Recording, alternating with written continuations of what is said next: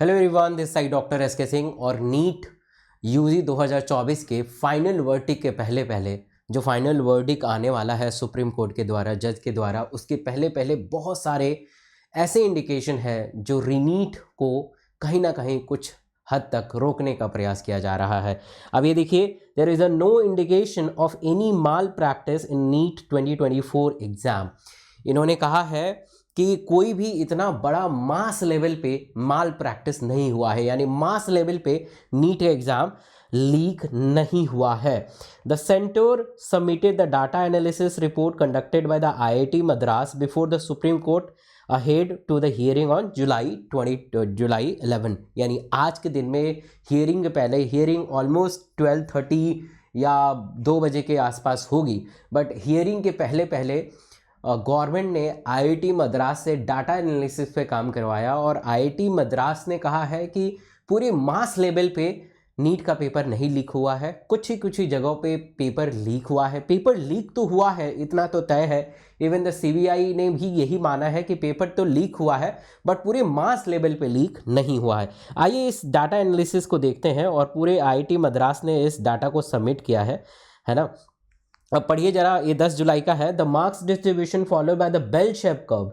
Bell shape curve का मतलब होता है कि पूरी मास लेवल पे नहीं है, थोड़ा थोड़ा है ना, थोड़ा लीक हुआ है। The witness of any large scale of examination indicating no abnormalities. City wise, center wise analysis was done in for the 2 year 2023 and 2024 to find out if any are the abnormal indication. The analysis is carried out the top 1.4 lakh rank given to the total number of seat across the country around the 1.1 lakh. इन्होंने कहा कि हमने 1.4 लाख बच्चों पे data analysis किया है और उनमें डाटा एनालिसिस में बिल्कुल ये फैक्ट है कि सब चीज़ ठीक है, ज़्यादा मास लेवल पे इसमें बदलाव नहीं देखा जा रहा है। सरकार भी यही दलील दे रही है कि पेपर आसान था, सिलेबस रिड्यूस था। 11 मतलब अगर मैं बायो की बात करूं, मैं बायो पढ़ाता हूं, तो 11th में 3 चैप्टर नहीं आए थे, 12th में 3 चैप्टर नहीं आए थे, पेपर का लेवल बहुत ही कम था, इसलिए काफ़ी कट ऑफ बढ़ गया।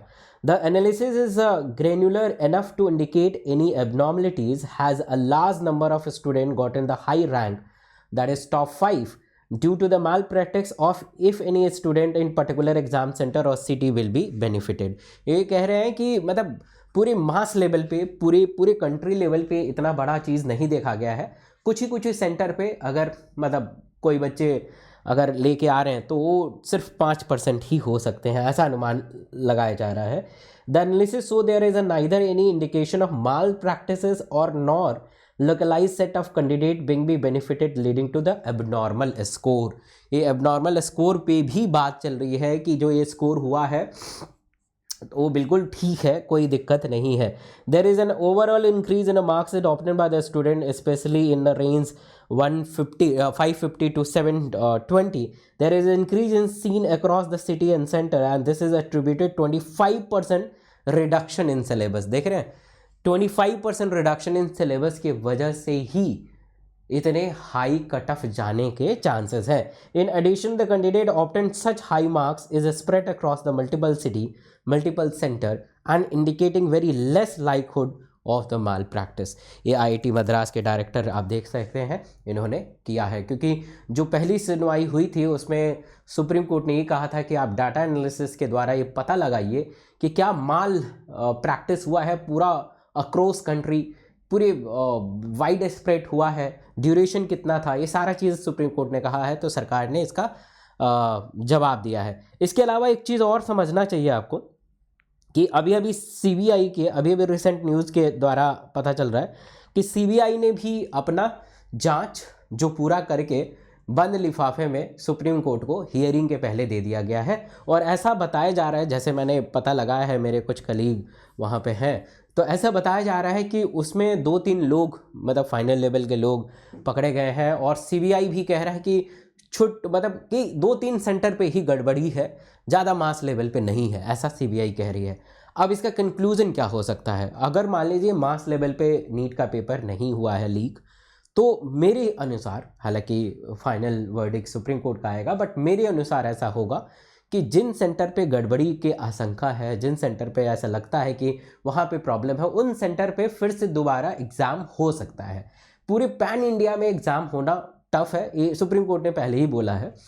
तो अगर मास लेवल पे हो जाता है तो हो भी जाता है, बट ये तो 2-3 चीज़ें इंडिकेट कर रही हैं, डाटा एनालिसिस, सीबीआई, गवर्नमेंट, सब चीज़।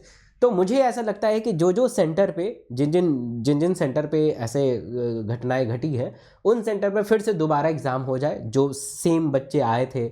मुझे ऐसा लग रहा है। अब देखते हैं फाइनल वर्डिक्ट क्या है। तो इस यूट्यूब चैनल पे ही फाइनल वर्डिक्ट का लाइव हम देखेंगे, और मैं आपका टाइम बर्बाद नहीं करूंगा। जब नंबर आएगा, हमारा 44 नंबर है, तो जब नंबर आएगा तब मैं लाइव आ जाऊंगा। इस यूट्यूब चैनल से बने रहिएगा। Thank you.